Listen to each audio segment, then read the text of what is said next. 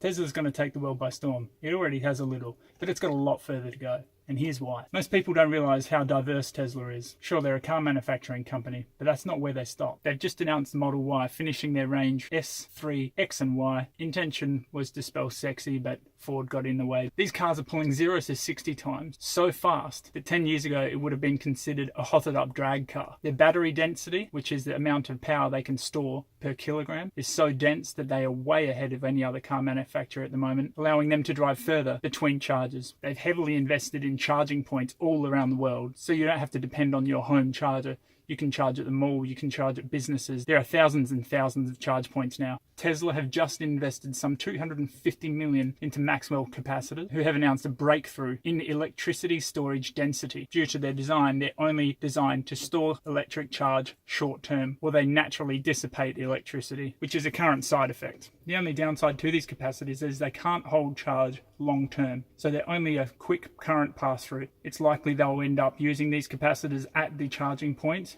to assist in softening the load on the utilities by storing the power collected slowly over time into capacitors. When the cars then drive up, the capacitors have the ability to release a large amount of volume all at once into the cars that will also likely end up having capacitors in them to receive the high charge, and then the grid can trickle feed the charging port and charge them up at a slow rate as to what the utilities can handle, still with the ability to unload a huge amount of power very quickly. The only thing they're going to have to get around here is the cable between the charger and the car, because it is going to have to be huge to handle the load. Otherwise, it's just going to melt like a fuse. Tesla also have a solar division, which is a huge company that installs all over the US, but unfortunately not yet in Australia. They've also announced they're going to start manufacturing trucks, which is going to give them a leg up in a whole nother category of electric vehicles, announcing that their electric trucks are going to take off faster with a full load than the diesel trucks that are currently on the market. They've announced that their cars should be fully autonomous by around 2020, which is just around the corner. At that point, it's only natural the next step's going to be a Uber-style app that you'll be able to lease your car out. It will drive itself around to destinations, pick people up,